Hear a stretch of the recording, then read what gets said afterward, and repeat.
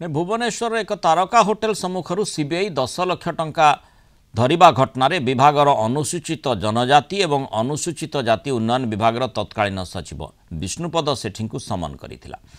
एबे गणशिक्षा मंत्री को तदंत परिसरभुक्त करने दाबी करिछि नवरंगपुर जिला बीजेडी।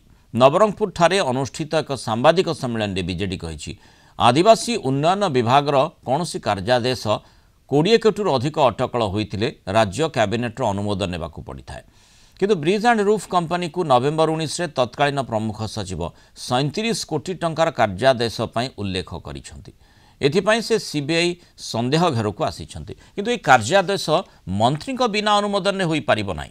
एही घटना रे गणशिक्षा मंत्री नित्यानंद गंडक इस्तीफा दाबी करबा सह तांकू सीबीआई तदंत परिसरभुक्त करबा पई बीजेडी दाबी करिछि। हेले बीजेडी रे अभियोग उपरे मंत्री नित्यानंद गंडकर कौनसी प्रतिक्रिया मिल पारि नाही। सचिव केवल अपेक्षाभुक्त कले हेब नाही। माननीय मंत्री गणशिक्षा विभाग एवं अनुसूचित जाति जनजाति विभाग माननीय मंत्री नित्यानंद गणक को मध्य अपेक्षाभुक्त करा उचित एवं तांको मध्य तदंत परिसरभुक्त करबा कथा एवं आमे बिजु जनता दल तर्फर मध्य डिमांड करछु से खूब शीघ्र केमती इस्तीफा देबे।